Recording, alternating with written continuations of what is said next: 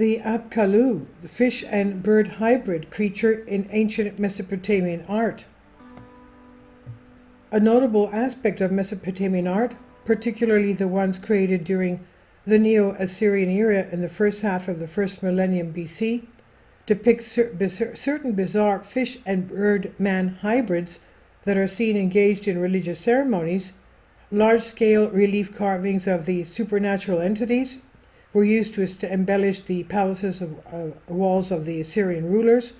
These strange beings have also left behind a ton of clay figures and cylinder seal impressions that have been found. So who were they, though? And why did the royal architecture give them such a prominent place? The hybrid fishmen who had come to Babylon in a pre-Diluvian period before the flood and served as the advisors to the 10 kings who ruled before the flood were referred to in the cuneiform inscriptions as Apkallu, which means sage or wise. The 7 sages was another name for the 7 Apkallu. One by one they had risen from Erythraean Sea, the Indian Ocean, and disseminated to the populace all the laws of civilization. The Chaldean astronomer Berosus, a priest at the Temple of Bel and a contemporary of Alexander, wrote about the Apkallu in a piece of literature called Babyloniaca, that's about 281 BC, and according to him, the first of the Apkallu to arrive in prehistoric time was known as Uana, Akkadian or Wanis in Greek. At that time, a huge crowd lived in Babylon, and they didn't have any rules. Alulim, the very first king on the Sumerian king list, began his reign in the first year. Quote, there made its appearance from a part of the Erythraean Sea, which bordered upon Babylonia, an animal endowed with reason who was called Oannes. The whole body of the animal was like that of a fish, and had under a fish's head another head, and also feet below, similar to those of man, subjoined to the fish's tail. His voice too, the language, was articulate and human, and a representation of him is preserved even to this day. This being in the daytime used to converse with men, but took no food at that season, and he gave them an insight into letters and sciences and every kind of art. He taught them to construct houses, to found temples, to compile laws, and explain to them the principles of geometrical knowledge. He made them distinguish the seeds of the earth and showed them how to collect fruits. In short, he instructed them in everything which could tend to soften manners and humanize mankind. From that time, so universal were his instructions, nothing material has been added by way of improvement. When the sun set, it was the custom of this being to plunge again into the sea and abide all night in the deep, for he was amphibious. After this, there appeared other animals like Oannes, of which Berosus promised to give an account when he comes to the history of the kings. End quote. It's plainly evident from reading this incredible account by Berosus that Apkallu were more than just priests wearing cloaks made of fish skin. They were aquatic beings who possessed traits shared by both humans and fish. They were referred to as creatures of the Apsu in the cuneiform literature, where Apsu denotes the sea of fresh water beneath the earth or the underground aquifers. They were seen coming from the Erythraean Sea, suggesting that there are tubes and passages connecting the aquifers with seas, rivers, and oceans. The god Ea, or Enki, the king of the Apsu and the guardian of humanity, sent the Apkallu. The god Ea was associated with knowledge, culture, water, fertility, arts, and magic. The following verses concerning the Apkallu are taken from the old Babylonian epic of Era. Quote, where are the 7 Apkallu of the Apsu, the pure Puradu fishes, who are perfect in lofty wisdom like Ea's, their Lord, who can make my body holy, end quote. Poem of Era, Tablet 2, line 162. The Apkallu were frequently referred to as the Purada fishes, or hence carp, confirming that they were indeed imagined as a peculiar hybrid of humans and fish. The names of the 7 Apkallu are listed within one of the Bit Meseri incantations. They are praised for their power to manage the schemes and plans made for heaven and earth, and are jointly referred to as the pure parade fishes of the sea. Uana, who accomplishes the plans of heaven and earth. Uana Duga, who is endowed with comprehensive understanding. And Meduga, for whom a good destiny has been decreed. And Megalama, who is born in a house. And Mebuluga, who grew up in pasture land. And Anlilda, the conjurer of the city of Eridu. Utuabsu, who ascended to heaven. The pure Paradu fishes, the Paradu fishes of the sea, the 7 of them, the 7 sages, who have originated in the river, who control the plans of heaven and earth." End quote. The nickname Enlilda, the conjurer of the city of Eridu, which refers to the Apkallu, indicates that they were also excellent architects. The establishment of the 7 ancient Sumerian towns of Eridu, Ur, Nippur, Kulab, Kesh, Lagash, and Surupak is credited to the 7 sages.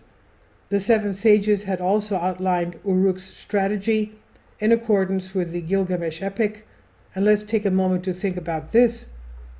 According to legend, the Apkallu were a race of hybrid fishmen who lived in Apsu and arose from the ocean. They transmitted all of civilization's knowledge and skills to the inhabitants of the prehistoric era while possessing incredible intelligence and power. Is this a true account of our distant past, or has it been embellished by a creative imagination? Could it be that in the middle of the underground aquifers, a subterranean realm inhabited by strange beings exists beneath the surface of our Earth? What do we know about the aquifer's ecology? Probably nothing. We have enormous freshwater reservoirs beneath us that go down 30,000 feet, and these aquifers hold close to 30% of the planet's entire freshwater supply, with the remaining 40% frozen in glaciers.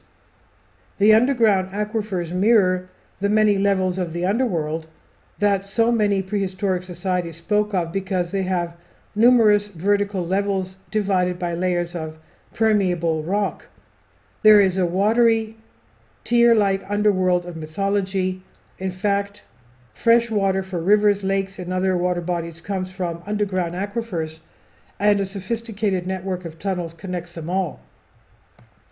How can we discount these ancient reports as myths searching the aquifers and extra broadly the subsurface topography of our globe for indications of life? Ancient myths describe a land below the Earth's surface that's always lovely and inhabited by superhuman beings, and according to legend, this otherworldly dimension can be reached through caves hidden beneath mountains, rivers, and seas that are carefully concealed and guarded to keep out trespassers. 7 gates guard the underworld according to Mesopotamian mythology. In the Gilgamesh epic, Gilgamesh enters a tunnel at the base of Mount Meshu's twin peaks to go to the underworld. Before arriving in the gardens of the divine beings, a paradise full of jewel-laden trees, he walks for 12 hours in total darkness. Native American tribes, including the Hopi Indians, the Navajo, the Iroquois, the Sioux, and among others, think that their forebears left a subterranean world and came to the surface via caverns and tunnels. Some of the upright Hopi were transferred to safe places in the underground realm whenever the Hopi Supreme Creator Sotuknag demolished the planet. In Irish mythology, portals concealed under mounds or tumuli allowed access to the underworld Anwin, which was home to fairies and demons. Greeks created temples and caves because they thought certain caverns had entrances to the underworld. The Mayans believed that caverns and cenotes were entrances to their 9-level underwater world. There are 7 underground locales in Indian mythology, collectively known as Patala or Naga Loka.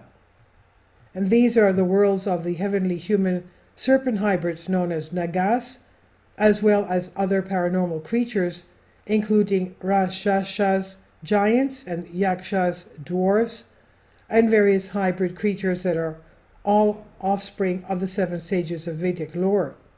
The Nagas are reported to reside in lovely subterranean regions with trees, lakes, rivers, and dazzling mansions embellished with priceless gems.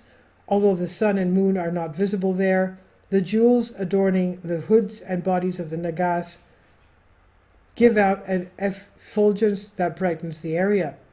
This effulgence may be a reference to bioluminescence.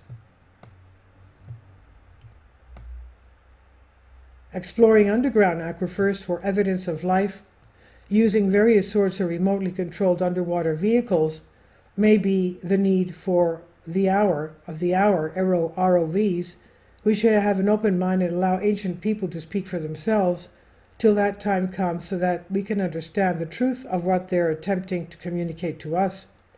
And now, in addition to the human fish hybrid sculptures, the walls of the Syrian palaces are decorated with numerous bird-headed figures, winged human figures, and cylinder seals. What do these beings represent is the question. In the first millennium BC, Assyrians practiced apotropaic rituals to prevent the arrival of evil, especially in the form of contagious diseases, into a person's home. The bird-headed beings are also referred to as the seven sages and creatures of the Apsu in the incantations. Wigerman writes in Mesopotamian protective spirits, the ritual texts. The family members were required to create a group of clay figurines of the seven fish Apkallu and seven bird Apkallu, as well as other gods and monsters. These sets of figurines were buried under the floor of the house in various locations after the rituals, which included ritualistic cleansing and incantations, were finished in order to drive out evil and stop it from entering the dwelling. Consequently, the Apkallu were portrayed as both human fish and human bird hybrids. Since no justifications are given in the text, it's unclear why those representations are used. Maybe the Apkallu were shapeshifters and, when necessary, could take on human form of a human bird hybrid. Vasistha and Vishwamitra, two members of the seven sages, are said to have engaged in the protracted battle after changing into birds, according to an Indian tale. This could be a possible explanation for the bird-headed Apkallu, because the idea of shape-shifting was extremely widespread in the body of ancient legends. The human figures with wings are simpler to describe.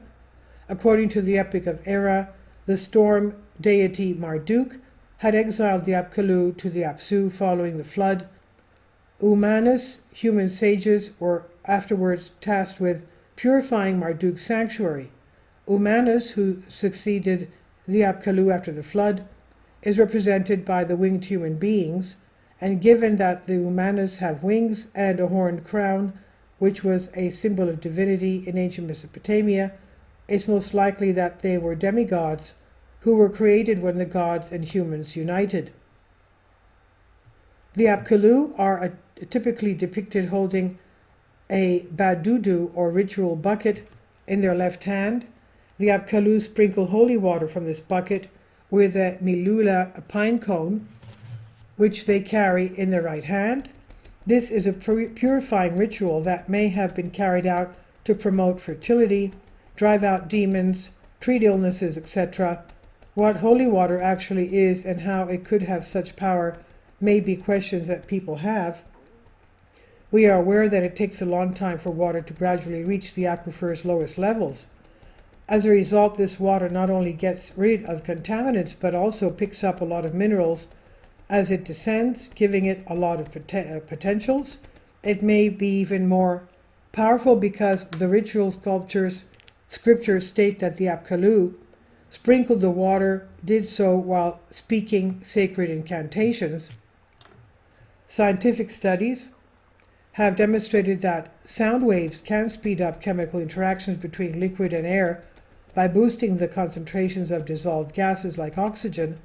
Research by Japanese scientist and healer Masahiro Emoto has revealed that sound waves and music can change the crystalline structure of ice.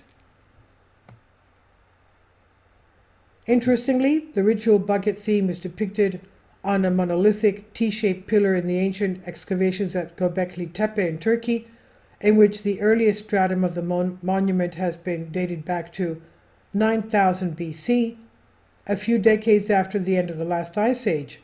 One of the T-shaped columns features a row of buckets with their tops carved out in a relief that resembles the buckets that the Apkallu is holding. The sculpture of a vulture grasping a circular item is located directly behind the buckets, and this could be the bird Apkallu using a pine cone to sprinkle holy water on the land to make it fertile. There is possibility that the people who constructed Göbekli Tepe saw the Apkallu while they went about their cleansing rituals about 9000 BC. The learning of the Apkallu appears to have stretched into the antediluvian era, which is precisely what the Sumerian stories tell us, as Göbekli Tepe was constructed a few decades after the end of the Younger Dryas period, during which a global flood may have been caused by comet impacts. In addition to the ritual bucket, the Apkallu may hold a rosary, a bouquet of flowers, or a scepter in their left hand. These artifacts demonstrate the Apkallu's functions as royal priests and sages to the monarchs. Evidently, many religions still practice the form of worship that the Apkallu established at the very beginning of civilization. For instance, Christians, Buddhists, and Hindus still utilize rosary beads as tools for meditation, while Hindus sprinkle Amrita or Sandi Jal holy water on the audience for blessings and purification. Church priests sprinkle holy water during baptism. According to some experts, the mitre, the tall cap with such a front and rear half sewed at the sides, worn by Catholic priests, may represent the fish head above the Apkallu's head. The Apkallu had conveyed to the Babylonians the entire body of understanding in every era of knowledge they knew. As Berosus had said, due to the Apkallu's global travels, while on the mission to spread the laws of civilization, this knowledge and ritual practices have spread throughout the planet. The Dogon tribe of Mali in West Africa claims that the Nomo, amphibious fishmen from the Sirius star system, visited them thousands of years ago and taught them numerous talents. Like the Apkallu, the Nomo possessed a human-like upper torso and a fish-like lower body. They came on a vessel, followed by fire and thunder from the skies. The Nomo needed a watery habitat to survive, so that when they first arrived on our planet, they excavated a water reservoir and dove in. The Dogons addressed them as their teachers and masters of water. According to oral legend, the 7 gigantic Migis entities came out of the sea, while the Anishinaabe people from North America lived along the Atlantic Ocean coast. The Wabaniki peoples were taught the Maid way of life by them. 6 of the 7 great Migis creatures persisted and created the Odudenim Demon clans for the eastern peoples, and the Wanjinas are mighty spirit creatures that the Aboriginal Australians of the Kimberley region of northwest Australia believe brought their peoples laws, cultures, and language when they descended from the Milky Way. They made the earth and everything that lives there. The Wanjinas visited a close-to-water hole after imparting all the knowledge necessary for the Aboriginals. The water source connected to the rock paintings is said to contain them at its bottom, and as mighty rainmaker spirits, they have control over the clouds and rains and use floods, lightning, and cyclones to punish lawbreakers. It's interesting to note that the phrase Wanjinas incorporates the word genes, which is connected to the term jinn or genie, and denotes the mysterious spirits that have the power to influence people. When the winged lived with sages of Assyrian art, the Umanas were originally found, researchers really referred to them as winged genies. The seven sages are most frequently mentioned in India outside of the Mesopotamia. The seven sages were collectively referred to as Sapta Rishis in the Vedic tradition. Sapta meaning seven and Rishis meaning sages. They were referred to as the lords of creation and the mid-born sons of Brahma. They are typically listed as Marichi, Atri, Angiras, Pulasha, Staya, Pulaha, Kratu, and Vasistha in the scriptures, and according to the epic narrative, the Saptarsis served as Ikvaku's tutors and priests as well as those of his successors during the Golden Age solar kingdom. Human lineages were found by the divine Saptaris, who succeeded in assuming the role of Saptaris from earlier generations, and as a result, the Vedic tradition is similar to that of the Mesopotamia, where divinely derived antediluvian Apkallus was succeeded by a human humanus in the post-diluvian era. According to the Rig Veda, the seven godlike rishis were skilled in ritual, hymns, and laws. Vasistha is referred to as the knower of both earth and heaven in a Vedic song. In addition, they were teachers of knowledge and first to know the Veda and have been created as educators of the Veda. In essence, the seven sages were responsible for compiling and disseminating the entirety of the Vedic knowledge that the ancient Indians possessed in fields like yoga, medicine, astrology, armament, architecture, music, language, and grammar, among other things. However, the Vedic texts make it clear that the seven sages were not of this earth. They were associated by Vedic astronomers with the seven bright stars of the Great Bear asterism Ursa Major constellation.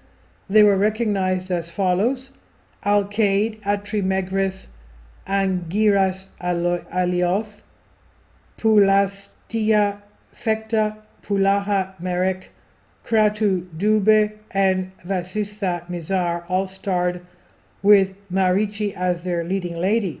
And according to legend, the Saptarishis arrived on earth during the Satya Yuga, Golden Age, and continued to live there for a while until the Treta Yuga, Silver Age, during which time they promulgated the Vedas and created lineages. The tradition is continued by their human offspring till the conclusion of the Bronze Age. The Vedic knowledge and Rishi heritage are gradually lost during the Kali Yuga, Iron Age, which is the current era of ignorance and violence. After the Kali Yuga will be over, the seven sages return to earth to create Dharma and re-promulgate the Vedas. These narratives make it clear that our predecessors believed that seven sages who were portrayed as human fish or human bird hybrid were extraterrestrial beings who had visited our planet. There is no debate that these were extraterrestrial beings, regardless of whether their precise origin was the Sirius star system, the Great Bear constellation, or some other stellar system in the Milky Way. Simply put, they were aliens, which is why they appeared so strange. They could have come with the intention of making sure that our planet functions as a successful school for the development of consciousness. Ancient wisdom teachings claim that souls reincarnate on Earth multiple times and gradually rid their minds of egoic ideas, goals, and routines until they become conscious of their divine essence. And because of this, the seven sages not only taught humanity how to live a civilized existence, but also provided a plethora of esoteric knowledge to aid in our ascent.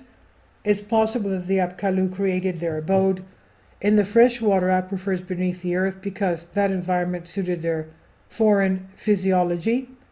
According to recent scientific findings, underground life might be the most prevalent type of life in other worlds, in the known universe and beyond. Living on the surface can be exceptional rather than the rule. Geological proof of a planet-wide groundwater system on Mars was discovered in 2019 by scientists. And this is on Infinity Explorers. Please leave your comments and thank you for your support. My Patreon account The daily posts are 5 videos daily, and they are totally different from what I have on my YouTube channel. Thank you so much for your support and that you find all my content so interesting. You'll find the Patreon account details in the description box below.